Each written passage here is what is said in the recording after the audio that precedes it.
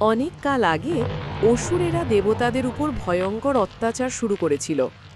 মহিষাসুর নামে এক অসুর রাজা সমস্ত স্বর্গ দখল করে নেয়। দেবতারা পরাজিত হয়ে মহাশক্তির কাছে প্রার্থনা করলেন।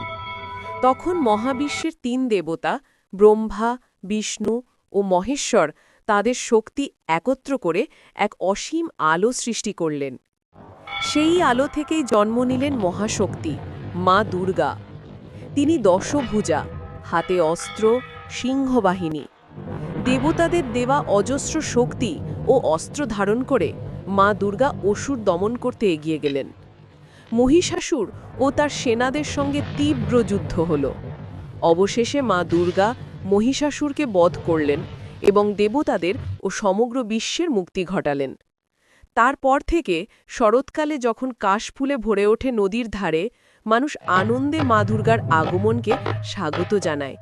তাকে মায়ের রূপে, শক্তির রূপে এবং মমতার রূপে পূজা করা শুরু করে। এইভাবেই বলা হয় মা দুর্গা প্রতি বছর আমাদের ঘরে আসেন, আশীর্বাদ দেন এবং অশুভ